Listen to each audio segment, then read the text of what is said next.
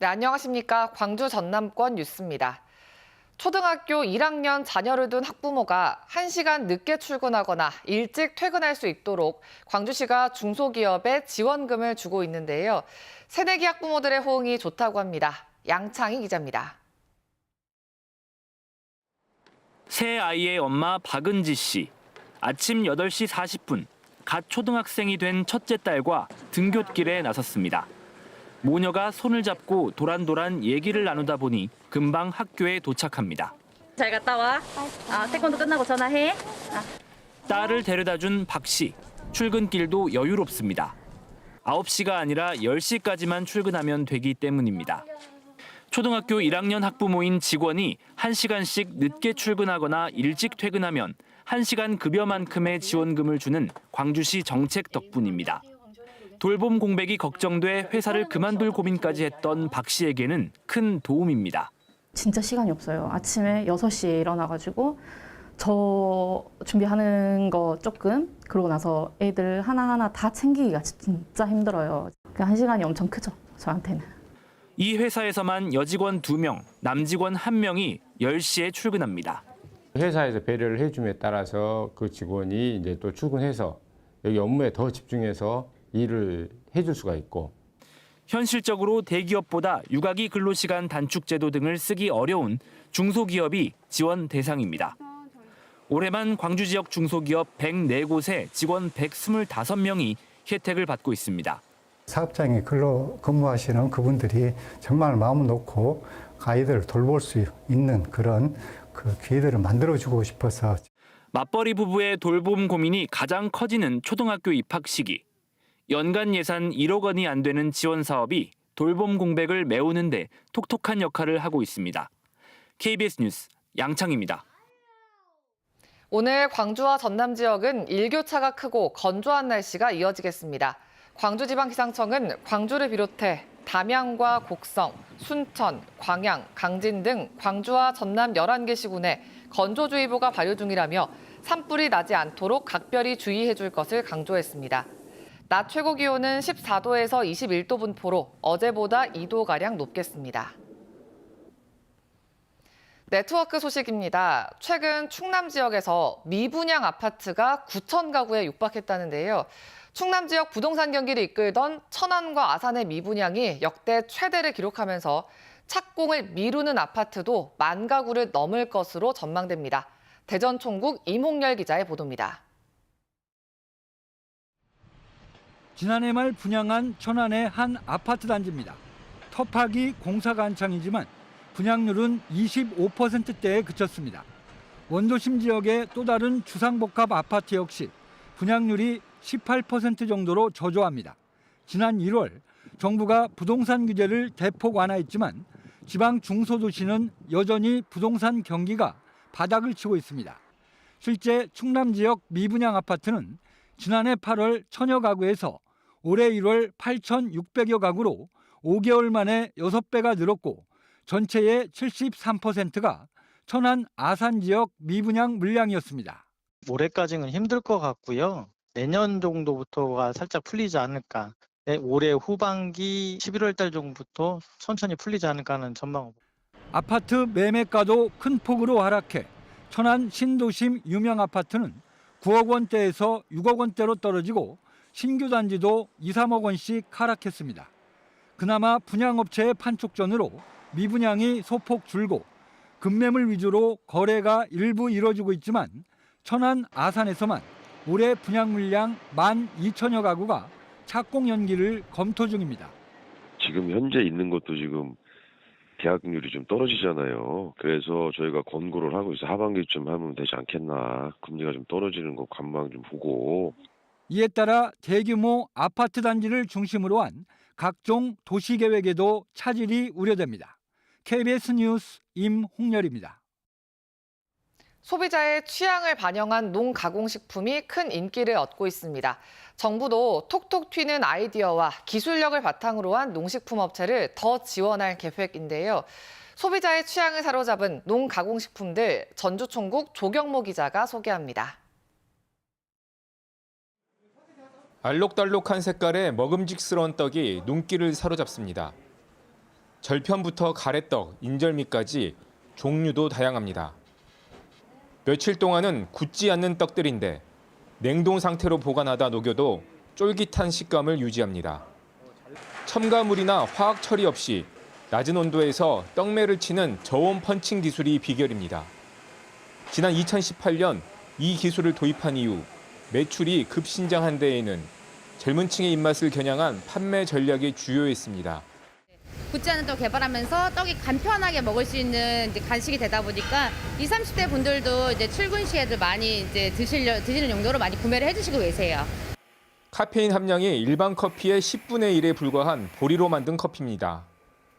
검은 보리에 원두가루와 물을 섞은 액상 커피 형태로 커피 고유의 풍미를 잘 살려 인기를 끌고 있습니다.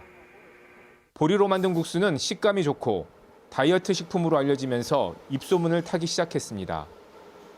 보리커피와 보리국수 판매량이 늘면서 출시 첫 해인 지난해 40억 원의 매출을 올렸습니다. 특히 수험생이라든지 사무실에서 커피를 많이 드신 분들이 부작용들이 많아서 그런 분들. 정부는 소비자 취향에 맞춰 제품 개발에 뛰어드는 농식품 업체에 올해 경영안전자금 450억 원을 지원할 방침입니다.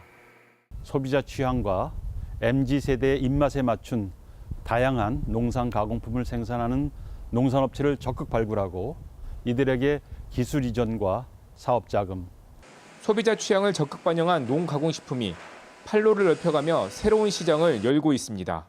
KBS 뉴스 조경모입니다.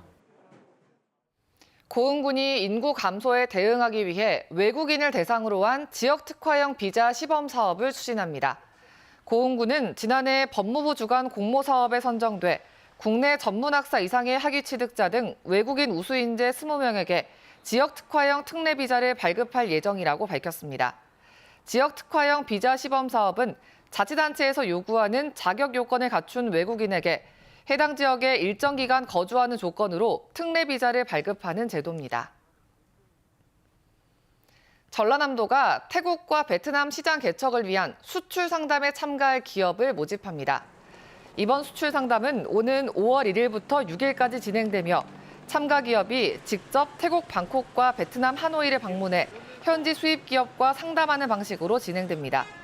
전남도는 태국과 베트남의 경제 규모가 각각 아세안 2위인데다 경제가 급성장하고 있다며 두 나라의 시장 개척이 동남아 시장 진출에 마중물이 될 것으로 전망했습니다. 민주당 김승남 의원이 도시농축협과 농촌농축협 간 격차 해소와 도농 상생을 위해 농협법 개정안을 대표 발의했습니다. 김 의원이 발의한 농협법 개정안은 도시농축협의 신용사업 수익 일부를 농촌농축협의 경제사업 지원에 사용할 수 있게 도농 상생 지원 자금을 조성하는 내용 등을 담고 있습니다. 김승남 의원은 도시농축협의 자기 자본이 농협보다 4배 높고 조합원 배당도 3.3배 높다면서 도농 상생 구조를 만들기 위해 이번 법안을 발의했다고 밝혔습니다. 안전등급이 낮은 농업용 저수지에 대해 안전점검이 이뤄집니다. 전라남도는 도내 저수지 가운데 재해 발생 시 인명피해 우려가 큰 안전등급 D등급 이하 저수지를 대상으로 오늘부터 안전관리 실태를 점검한다고 밝혔습니다. 전라남도는 지자체와 함께 조사 대상 저수지의 배수량 조절 장치 작동 여부와 정밀 안전진단 결과에 따른 후속 조치 이행 상황 등을 중점 점검할 방침입니다. 서울 한강공원에서 실종 후 숨진 채 발견된 고 손정민 씨 사건과 관련해 악성 댓글을 단 누리꾼이 벌금형을 선고받았습니다.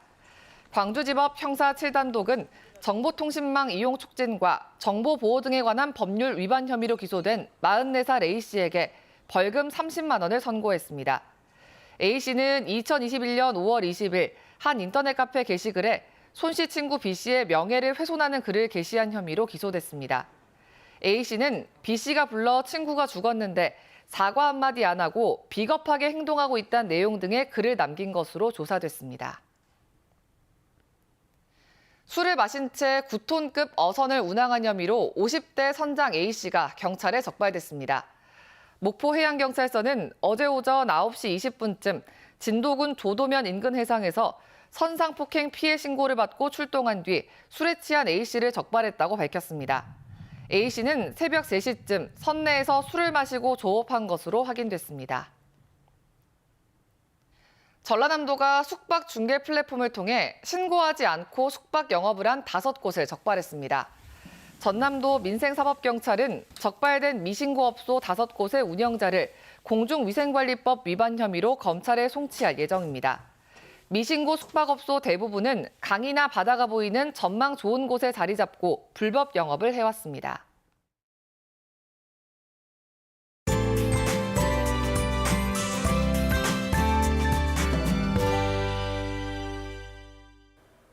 오늘 아침은 서해안을 중심으로 안개가 짙게 끼어 있습니다. 신안 등에는 가시거리가 100m 미만으로 짧아져 있고요. 그 외 진도와 한평 등도 500m 미만 보이고 있습니다. 출근길 운전하실 때 조심하셔야겠습니다. 오늘은 공기까지 탁해서 안개가 걷히고 나서도 시야가 답답하겠습니다. 초미세먼지와 미세먼지 둘 다 영향을 주겠는데요. 광주는 종일 나쁨, 전남은 오전에 나쁨 단계 예상됩니다. 대기가 점차 건조해지면서 건조특보 지역도 확대되고 있습니다. 현재 광주와 영광, 순천 등 11개 시군에 건조주의보 발효 중이니까요. 불씨 관리 잘 하셔야겠습니다.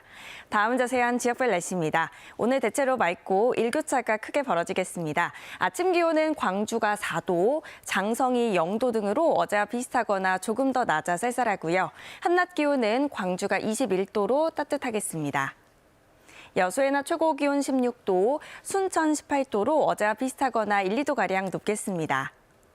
목포의 한낮 기온 15도, 강진 19도, 장흥 18도까지 오르겠고요.